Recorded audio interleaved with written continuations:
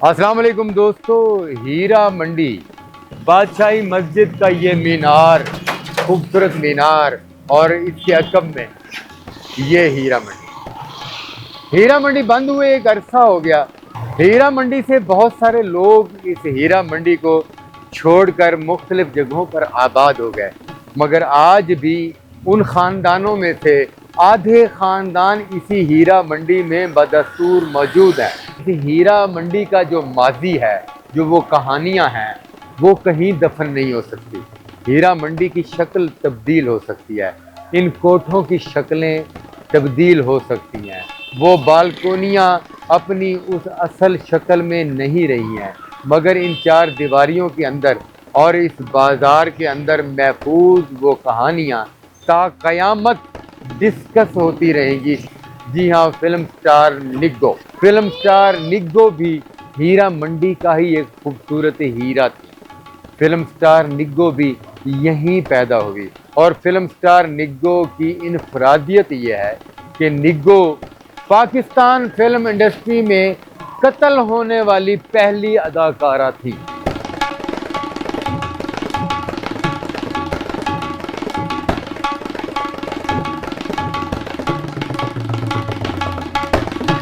Film star निग्गो भी इसी हीरा मंडी में पैदा हुई। उसकी माँ, उसका बाप, उसका खानदान इसी हीरा मंडी में रहते थे।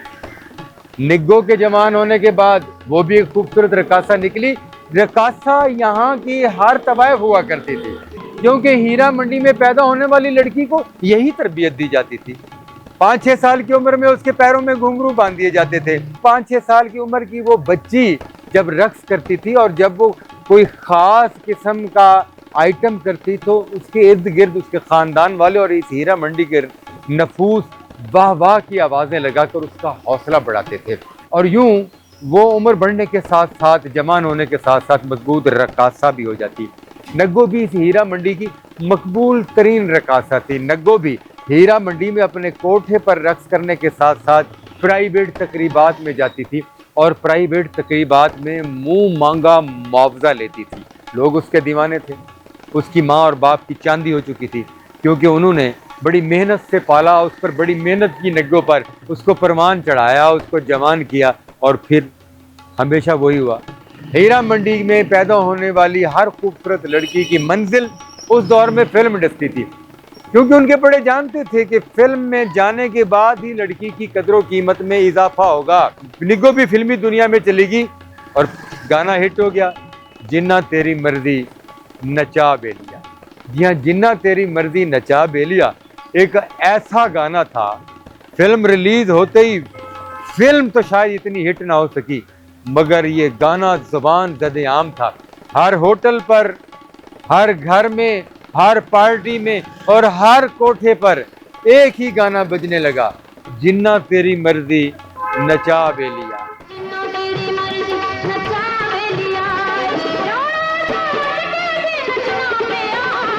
इस कोठे को खरीदने वालों ने इसकी शक्ल तब्दील कर दी। अब ये कोठा नहीं रहा, मगर ये वो बिल्डिंग है जिसमें निग्गो का बचपन, जवानी और फिर उसके बाद बुढ़ापे की तो नौबत ही ना आई। जी हाँ, पहली फिल्म हिट होने के बाद, निग्गो का गाना हिट होने के बाद, हमेशा की तरह जैसे कोई लड़की हिट होती है फिल्मी दुनिया में, फिल्म प्रोड्यूसरों की उसके पीछे लाइन लग जाती है। 60 की दुहाई में आने वाली इस अदाकारा, जिसका ताल्लुक हीरा मंडी से था, हिट होने के बाद इसके पीछे भी फिल्म साजों की लाइन लग गई। इसके खानदान की चांदी होगी, इसके कोठे पर इसके चाहने वालों की रौनक में इजाफा हो गया, और वो लोग जो कम आमदनी वाले लोग थे, उनके लिए इसके कोठे पर दाखिला बंद हो गया, और करोड़पति लोगों का यहाँ आना जाना हो गया।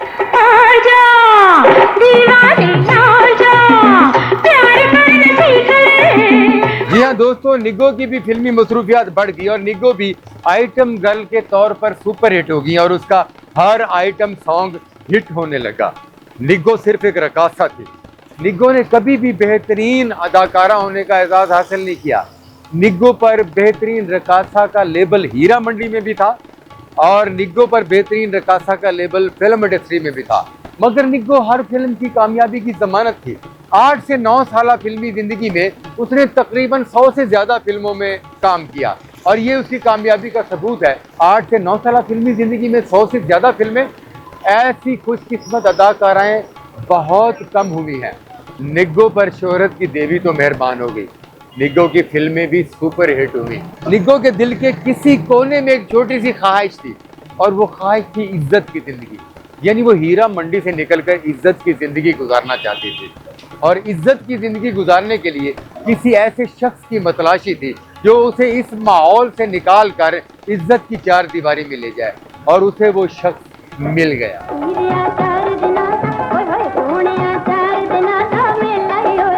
जी हाँ, ख्वाजा मजहर, जिनका ताल्लुक गुजरांवाला से था और वो पाकिस्तानी फिल्मों के नामवर प्रोड्यूसर थे। ख्वाजा मजहर ने निग्गो को अपनी एक फिल्म में कास्ट किया, और शूट के दौरान ही निग्गो और ख्वाजा मजहर एक दूसरे के करीब आ गए, और निग्गो को लगा कि यही वो शख्स है जो उसे हीरा मंडी के माहौल से निकाल कर कहीं इज्जत वाले माहौल में ले जाएगा। ख्वाजा मजहर भी निग्गो की मोहब्बत में बुरी तरह गिरफ्तार हो गए।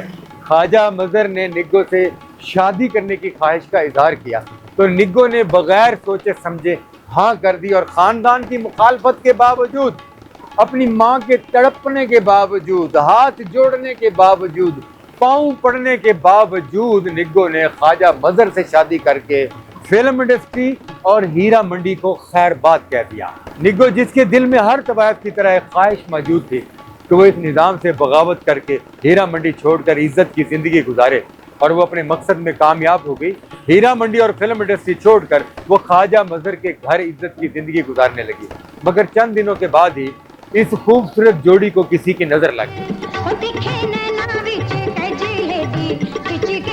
जी हाँ दोस्तों, ये सोने की चिड़िया जब अपने खानदान, अपने बाप और अपनी माँ के हाथों से निकल गई, तो ये खानदान तड़पने लगा, सांप की तरह अपने बिस्तर पर लौटने लगा।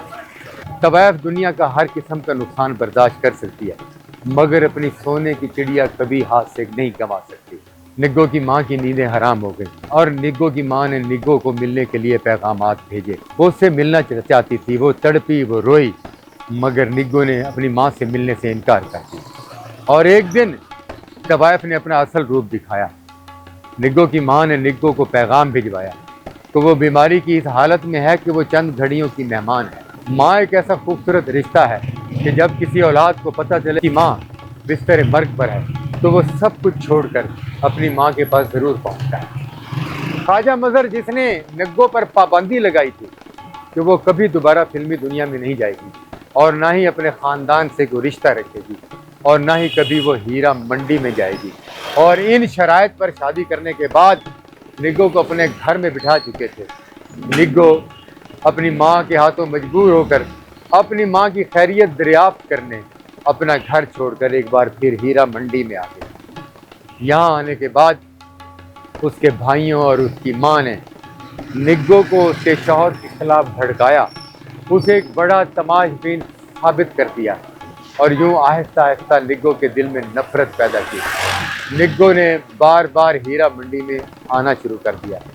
इससे निग्गो और उसके शौहर के दरमियान इख्तलाफात पैदा हो गए, और निग्गो अपने शौहर को छोड़कर एक मरतबा फिर अपनी माँ के कोठे पर आ गई। ख्वाजा मजहर निग्गो से मोहब्बत करते थे, और निग्गो को एक मरतबा फिर इस कोठे से निकाल कर ले जाना चाहते थे, मगर निग्गो उस वक्त तक हीरा मंडी के कवायद व ज़वाबित की जद में आ चुकी थी, अपनी माँ की कहानियों में आ चुकी थी।